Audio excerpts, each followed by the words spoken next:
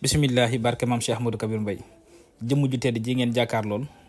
jëmm ju sell ji ngeen jàkkaar lool jëmm ju baax ji di sëriñ maam Cheikh Mbaye ibnu alhaaji Jili Mbaye di soppab yonentu yàlla Muhammad ñàkk sago lool ci maam Cheikh Ahmadou Kabir Mbaye moom mi de moo am mbégte di ñaanal maam Cheikh Ahmadou Kabir Mbaye ak mboolem njabootam suba ca kër maam Cheikh Ahmadou Kabir Mbaye sa jàkka ja ginnaaw buñ jullee takkusaan ba pare di samedi le 28 février 2026 sëriñ mi ñe na mu ngi ci woo taalibe yi ak soppe yi ak képp ku bëgg lu baax danañ fa jàng ay kaamil def fa ay fidaawoo ñaanal maam Cheikh Ahmadou Kabir Mbaye ak mboolem njabootam gépp incha allah sëñ maam Cheikh nee na mi ngi ci woo ñëpp dana fa def ay xéewal ay ndogu ay berna yoo xam ne dañ koy sante maam Cheikh Ahmadou Kabir Mbaye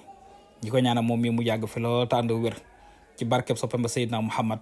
maam ja maam Cheikh Ahmadou Kabir Mbaye baayam ja di sëriñam di alhaaji Jili ñi ñaanal sëñ maam Cheikh mu yàgg fi lool mi ngi woo ñëpp suba incha allah di samedi le 28 février kër maam Cheikh Ahmadou Kabir Mbaye ginnaaw takkusaan dana fa jàng ay kaamil dana fa def ay ñaan ci teewaayam ak teewaayu njabootu maam Cheikh Ahmadou Kabir Mbaye gépp jërëjëfati maam Cheikh Ahmadou Kabir Mbaye maam Cheikh mu alhaaji Jili yàlla na fi yàgg te wér